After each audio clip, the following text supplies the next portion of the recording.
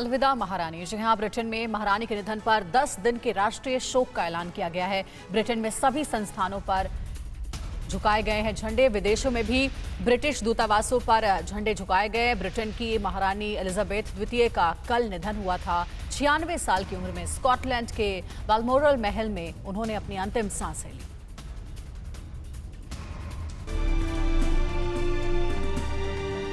दुनिया की सबसे उम्रदराज सामाजी और ब्रिटेन की महारानी क्वीन एलिजाबेथ द्वितीय का कल निधन हो गया। महारानी एलिजाबेथ ने 96 साल की उम्र में आखिरी सांस ली। वो पिछले काफी समय से बीमार चल रही थीं। डॉक्टरों ने उनके स्वास्थ्य को लेकर चिंता भी जताई थी और महारानी को देखरेख में रहने की सलाह भी दी गई थी। इसके बाद शाही परिवार की तरफ से जानकारी दी गई कि महारानी एलिजाबेथ द्वितीय का निधन हो गया है। महारानी एलिजाबेथ द्वितीय अपने आखिरी पल में स्कॉटलैंड के बाल्मोरल में थीं। यहीं पर उनका निधन हुआ। अब शाही परिवार भी स्कॉटलैंड पहुंच गया है। उनके निधन पर शाही परिवार के ट्विटर से ट्वीट कर बताया गया है कि महारानी का बाल्मोरल में शांतिपूर्वक निधन हो गया। The king and the queen consort पर पार्थिव शरीर आज लंदन लौटेगा। महारानी के निधन के बाद पूरे ब्रिटेन में शोक की लहर है। ब्रिटेन में रहने वाले हर लोगों की आंखें नम हैं। ब्रिटेन सरकार ने क्वीन एलिजाबेथ के सम्मान में 10 दिनों के राष्ट्रीय शोक का ऐलान कर दिया है। देश विदेश में सभी ब्रिटिश संस्थानों पर महारानी को श्रद्धांजलि देने के लिए झंडा झुका दिया जाएगा। क्वीन एलिजाबेथ II की कल अचानक तबीयत खराब हो गई थी और उसके बाद डॉक्टर्स की एक टीम उनकी सलामती के लिए जुट गई। एलिजाबेथ की लंबी उम्र के लिए दुआएं मांगी गई। 1 मिनट में महारानी के स्वास्थ्य को लेकर कल दिन भर क्या क्या हुआ, ये रिपोर्ट देखिए। महारानी एलिजाबेथ की तबीयत जैसे बिगड़ी, उनको बचाने के लिए डॉक्टरों की टीम ने पूरा जोर लगा दिया। बकिंघम पैलेस से कल दिन में ही एलिजाबेथ द्वितीय की तबीयत बिगड़ने को लेकर खबर सामने आई थी और कहा गया था कि एलिजाबेथ द्वितीय डॉक्टरों की निगरानी में है। महारानी की तबीयत बिगड़ने की खबर से ब्रिटिश संसद की कार्रवाई भी प्रभावित हुई। नई प्रधानमंत्री लिज ट्रस भी बीच में हाउस ऑफ कॉमन्स की कार्यवाही छोड़कर निकल गईं। और जब ब्रिटेन के आम लोगों तक अपनी महारानी की तबीयत बिगड़ने की खबर मिली तो अपनी महारानी को बचाने के लिए प्रार्थना होने लगी। लेकिन महारानी ने हमेशा के लिए दुनिया को अलविदा कह दिया। खराब स्वास्थ्य की वजह से ही महारानी ने प्रीवी काउंसिल की मीटिंग रद्द कर दी थी और उन्हें आराम करने के लिए भी कहा गया था। महारानी एलिजाबेथ द्वितीय ने कंजर्वेटिव पार्टी की नेता लिज ट्रस को मंगलवार को ही औपचारिक रूप से ब्रिटेन का नया प्रधानमंत्री नियुक्त किया था। बता दें कि इस साल फरवरी में ही महारानी कोरोना से ठीक हुई थी, मगर इस बीमारी ने उन्हें काफी कमजोर कर दिया था। जो तस्वीर सामने आई थी उसमें महारानी बाएं हाथ में छड़ी पकड़े हुए हैं, जिसकी मदद से वो चल पा रही थी। पिछले साल अप्रैल में उनके पति प्रिंस फिलिप का भी निधन हो गया था। एलिजाबेथ द्वितीय के नाम सबसे ज्यादा साल तक राजगद्दी संभालने का रिकॉर्ड है। उन्होंने 70 साल तक ब्रिटेन की राजगद्दी संभाली। ये रिपोर्ट देखिए। महारानी एलिजाबेथ द्वितीय, जिन्होंने अपने सामने कई देशों के इतिहास को बदलते देखा, दुनिया में तकनीक से लेकर राजनीति तक का बदलाव देखा और उसकी गवाह बनी। 70 साल के शासन में उनकी जिंदगी से ज्यादा उन्होंने दुनिया को तेजी से बदलते हुए देखा। वो इकलौती ब्रिटेन की ऐसी महारानी थी जिन्होंने ब्रिटेन के 15 प्रधानमंत्री देखे और साथ ही साथ अमेरिका के भी 14 राष्ट्रपतियों से मुलाकात की। जो बाइडेन आखिरी अमेरिकी राष्ट्रपति थे जिनसे महारानी ने मुलाकात की थी। महारानी एलिजाबेथ दुनिया में स्थिरता और सौम्यता का प्रतीक बन चुकी थी। 70 साल के अपने कार्यकाल में महारानी ने 110 देशों का दौरा किया। उनके शासन में राष्ट्रमंडल देशों की संख्या 8 से बढ़कर 54 तक पहुंच गई। जॉर्ज VI के निधन के बाद साल 1952 में एलिजाबेथ को गद्दी सौंप दी गई थी। वेस्टमिंस्टर एबे में उनकी ताजपोशी हुई थी। महारानी ने ताजपोशी के बाद कहा था कि उनकी ताजपोशी भविष्य के लिए उम्मीदों की घोषणा है और ये शक्ति या फिर आलीशानी जिंदगी का प्रतीक नहीं है। ईश्वर की कृपा से मैं आने वाले सालों में महारानी के तौर पर आपकी सेवा करती रहूंगी। ब्रिटेन के अलावा 15 देशों की भी क्वीन थी एलिजाबेथ। कनाडा, ऑस्ट्रेलिया, न्यूजीलैंड जैसे देश भी इसमें शामिल हैं। कई करेबियाई देशों की भी महारानी थी एलिजाबेथ। सभी 15 देशों को महारानी के निधन की जानकारी दी गई। ब्रिटेन की महामारी एलिजाबेथ द्वितीय का सिर्फ ब्रिटेन में ही सिक्का नहीं चलता था, बल्कि दुनिया के 15 देशों में उनका राज था। महारानी के निधन के बाद 15 देशों की सरकारों को इसकी जानकारी दे दी गई। कनाडा समेत दुनिया के इन 15 देशों पर महारानी का राज था।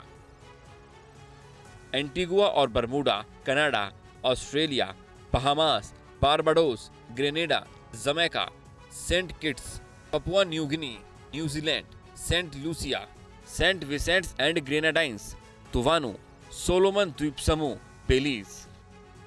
ये देश अभी भी कहीं न कहीं ब्रिटिश शाही परिवार के अधीन है, जहां आज भी ब्रिटिश महारानी की हुकूमत चलती थी। कनाडा समेत दुनिया के इन 15 देशों पर महारानी का राज था। 38 देशों के कॉमनवेल्थ देशों में महारानी का शासन था। साल 1991 में महारानी एलिजाबेथ को अमेरिकी कांग्रेस को संबोधित करने का गौरव मिला। इस दौरान महारानी ने दोनों देशों के राजनेताओं से अपील की थी कि वो यूरोप और अमेरिका में शांति और सौहार्द बनाए रखें।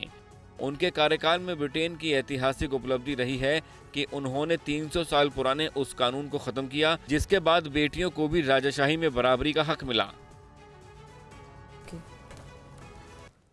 और महारानी एलिजाबेथ द्वितीय सिर्फ ब्रिटेन की महारानी नहीं थी, बल्कि दुनिया के 15 देशों की भी क्वीन थी, जिसमें कनाडा, ऑस्ट्रेलिया और न्यूजीलैंड ऐसे देश शामिल थे। महारानी एलिजाबेथ के निधन के बाद एक बात साफ है कि अब ब्रिटेन में क्वीन की जगह किंग होगा। ब्रिटिश राजशाही की बात करें तो 7 दशकों से इस गद्दी पर महारानी का राज था। अब उनके निधन के बाद ब्रिटेन को प्रिंस चार्ल्स के रूप में नया सम्राट मिल गया है। अपनी मां एलिजाबेथ के निधन के बाद अब उन्हें किंग चार्ल्स तृतीय के नाम से जाना जाएगा।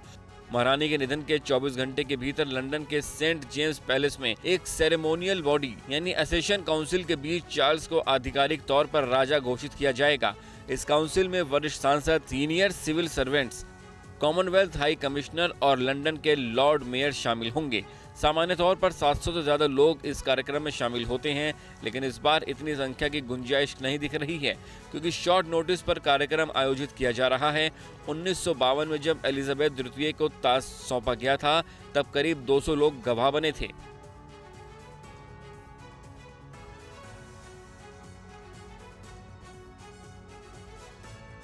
और प्रिंस चार्ल्स को एक प्रक्रिया के तहत सौंपी जाएगी राजगद्दी। आपको बता दें, प्रिंस चार्ल्स को राजगद्दी सौंपने का पूरा खाका हो चुका है तैयार। ब्रिटेन के राष्ट्रगान के अब शब्द भी बदले जाएंगे। शब्द होगा गॉड सेव द किंग। महारानी के निधन से पहले राष्ट्रगान के शब्द थे गॉड सेव द क्वीन। सबसे पहले प्रीवी काउंसिल के लॉर्ड प्रेसिडेंट पेनी मॉइट एलिजाबेथ द्वितीय के निधन की घोषणा करेंगे। ये घोषणा ऊंची आवाज में होगी। इसके बाद कई प्रेयर्स होंगी। महारानी की उपलब्धियों को भी बताया जाएगा, साथ ही नए किंग की खूबियों को भी गिनाया जाएगा। इस घोषणा पत्र पर प्रधानमंत्री, कैंटरबरी के आर्क बिशप और लॉर्ड चांसलर सहित कई सीनियर ऑफिसर साइन करेंगे। इसी कार्यक्रम में ये भी तय किया जाएगा कि नए किंग के सत्ता संभालने के बाद क्या कुछ बदलाव किए जाएंगे। आमतौर पर एक दिन बाद एसेशन काउंसिल की फिर से बैठक होती है। इसमें किंग भी शामिल होते हैं। इस दौरान कोई शाही शपथ ग्रहण कार्यक्रम नहीं होता है। हालांकि 18वीं शताब्दी से चली आ रही परंपरा के मुताबिक किंग चर्च ऑफ स्कॉटलैंड को संरक्षित प्रिजर्व करने की शपथ लेंगे। इसके बाद सेंट जेम्स पैलेस की बालकनी से एक सार्वजनिक घोषणा की जाएगी। एक अधिकारी, जिसे गार्टर किंग ऑफ आर्म्स कहा जाता है, वो घोषणा करेगा प्रिंस चार्ल्स III ब्रिटेन के नए किंग हैं। इसके बाद ब्रिटेन का राष्ट्रगान गाया जाएगा। 1952 के बाद पहली बार ऐसा होगा जब ब्रिटेन के राष्ट्रगान का शब्द होगा गॉड सेव द किंग। इससे पहले गॉड सेव द क्वीन था। और क्वीन एलिजाबेथ II की निगरानी के लिए कई डॉक्टर्स की टीम्स जुटी रही, लेकिन उनमें सबसे खास रहे डॉक्टर थॉमस। महारानी के पर्सनल डॉक्टर पर ये रिपोर्ट देखिए। महारानी एलिजाबेथ द्वितीय के स्वास्थ्य को लेकर पिछले कई दिनों से खास नजर रखी जा रही थी, क्योंकि पिछले कुछ सालों में उनकी तबीयत बिगड़ी भी थी और इस बार वे कोरोना से संक्रमित भी हो गई थीं। शाही परिवार की मेडिकल टीम उनके स्वास्थ्य को लेकर काफी फिक्रमंद थी। ये मेडिकल टीम 24 घंटे महारानी की निगरानी करते थे, जिसको लीड करते थे इस टीम के डॉक्टर ह्यू थॉमस। साल 1958 में जन्मे सर थॉमस पिछले 16 साल से शाही परिवार की मेडिकल टीम को लीड कर रहे हैं। साल 2014 में उन्हें महारानी का पर्सनल डॉक्टर नियुक्त किया गया था। उनका रोल फुल टाइम का था और उनके काम के घंटे तय नहीं थे, लेकिन जब कभी भी महारानी को उनकी जरूरत होती थी, वो हाजिर हो जाते थे। सर थॉमस को साल 2021 में नाइटहुड का सम्मान दिया गया था। इसके बाद उन्हें night commander of the royal Victorian order का सम्मान दिया गया, जो कि शाही परिवार की तरफ से उन्हें एक गिफ्ट था। सम्मान के समय उन्होंने एक इंटरव्यू में कहा था, इस रोल में उनके 2 साल बहुत ही व्यस्त रहे और मेरी सेवा को इस तरह से सम्मानित करने के लिए मैं शाही परिवार का शुक्रगुजार हूँ। डॉक्टर थॉमस का कहना था कि महारानी का पर्सनल डॉक्टर बहुत सम्मान की बात है। उन्होंने ये बात इंपीरियल कॉलेज ऑफ लंदन को दिए इंटरव्यू में कही थी।